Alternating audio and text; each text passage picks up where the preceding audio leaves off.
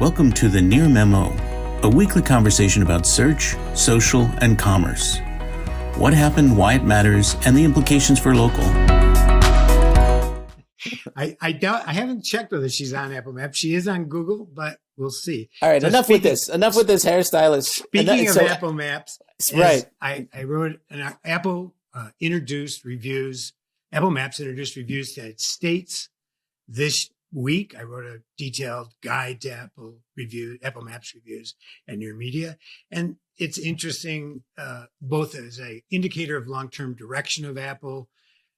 It's interesting because what does it say about what will happen to their relationship with Yelp, for example? And it's interesting because it seems to imply that Apple is moving towards a discovery environment as part and parcel of a bigger plan. I know from talking to people in the industry that Apple's been going around asking for the big listing services to provide original photos. We know that iOS 15 is going to have a more visual Siri search function where they show pictures more predominantly. Apple has clearly been developing Spotlight and Siri as a search function within the phone. Somebody asked me, what should a business do? And I went to look at a couple of clients. 30 to 50% of their web traffic was coming from iPhones. Obviously, a lot of that was coming through Google, but 11 to 22% of their new clients were coming directly from Apple in one form or another. Now, as David pointed out in the pre-talk, that's probably navigational or recovery searches, but it does indicate that there's a fair bit of action there going on. Obviously, Apple perceives it as a long-term opportunity.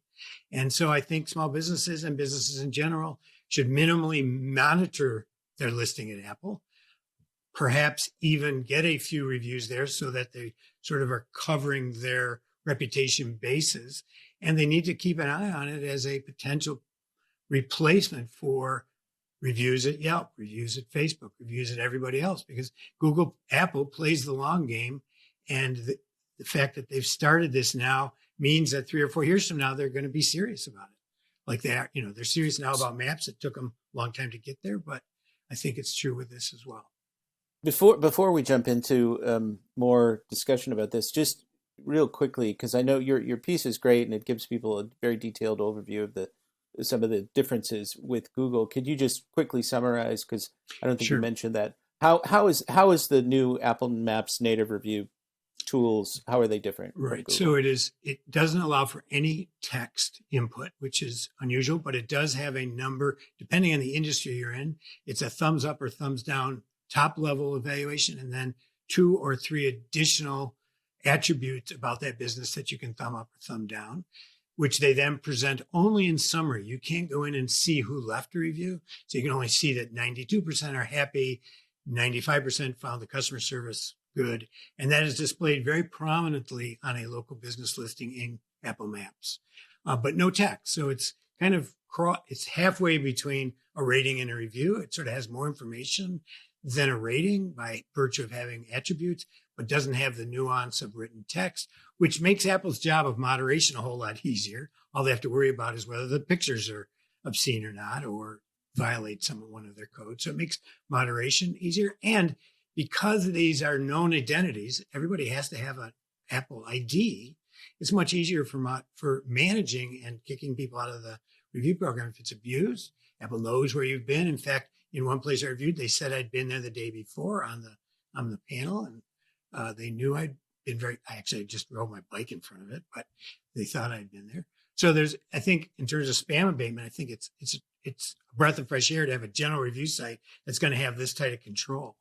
And it may save the review industry from the likes of Google and Amazon.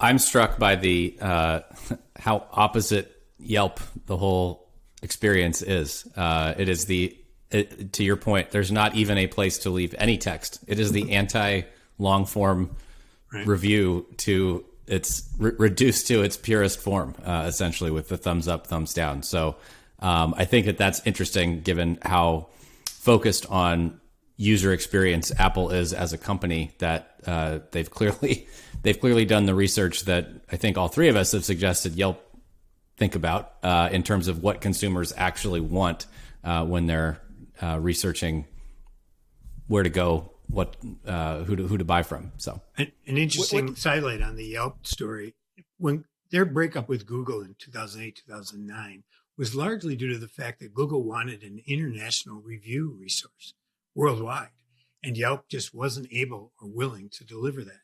And one guesses that Apple has a similar worldwide need. They released this in 68 countries in 28 different languages.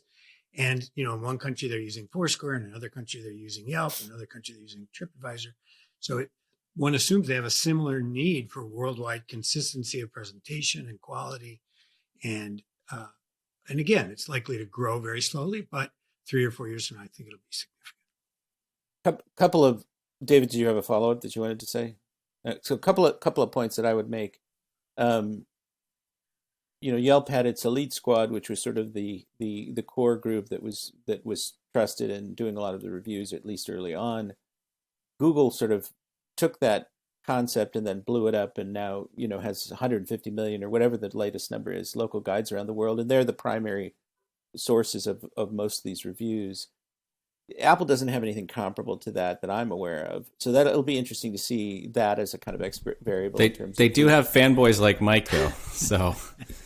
Yes. It's sort of a joke, but I wouldn't underestimate the power of the sort of Apple brand for certain people and wanting to help Apple build out its review corpus purely because of the affinity they have for the company.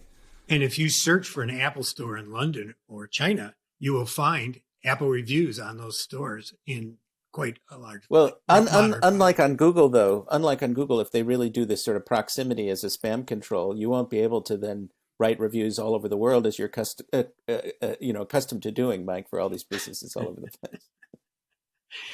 place. The second point I wanted to make was, what we see. Yelp originated on the desktop and then had to adapt to a mobile environment, and Google to a degree too, although the reviews came later for them.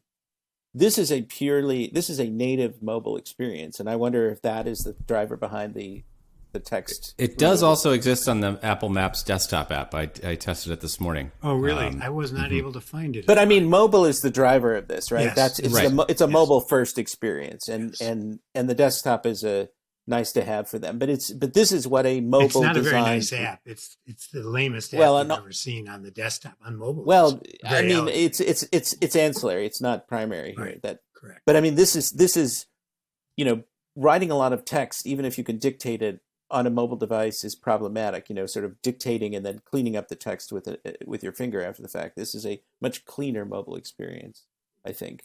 Yes, and then, one presumes that they will moderate the images with machine learning and some human moderation with their scam, whatever it is, whatever the acronym is. I sort of dyslexically swap the letters. So the final point on this item, I think, is the thing that you raised earlier, Mike, which is the discovery search piece of it. I mean, one of the reasons, Google has its massive search experience, and then reviews are a piece of that. And a massive relationship with Apple around that search experience. Right. And so you rely on Google to discover businesses that you don't already know about. Best, Indian food, cheapest, whatever. And then you look at the reviews as a secondary matter. Right now, notwithstanding what you were talking about with your customers, with their traffic, Google or Apple doesn't really, I mean, they have Siri search, Spotlight search, but they don't really have any kind of comparable discovery experience. I mean, does this sort of portend more aggressive moves in that direction around local information? I think it absolutely does. There are, we've seen them, like I said before, we know that they're going out looking for original photos. We know in iOS 15, they're looking to upgrade the search experience with Spotlight, more visuals. So I think that, and Apple works very slowly in these 6-month development cycles. And so I think what we're seeing in Spotlight and Siri is a nascent search engine that is a feature of the phone rather than a standalone application. And I think it's going to take time for people to understand that. I use it all the time. But as David pointed out, I'm an Apple fanboy, and I'm sitting in a conversation with people, and there's a point of fact. I just do a voice search, and up comes whatever the answer. And so I think it'll take people time to learn those behaviors, but I think ultimately they will, and I think Apple's betting on it.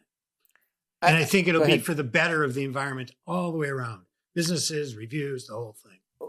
Well, I mean, what's also interesting, I mean, we're sort of at time here, but what's also interesting is this. That's why I ended with a positive note there. Oh, all right. Well, my personal theory is that people are not as wedded to Google on the phone as they are on the desktop, and that it's easier to displace Google on the phone, on the iPhone in particular. And yeah, so $15 billion says you're right. Yeah. Google's payment to Apple for last year's delivering up the iPhone users. It's a pretty astounding number. A lot of money. Okay. All right. Well, there's always more to talk about. We'll be back next week with more. And thanks for joining us. Thanks for listening. As always, read the newsletter, subscribe, tell your friends, and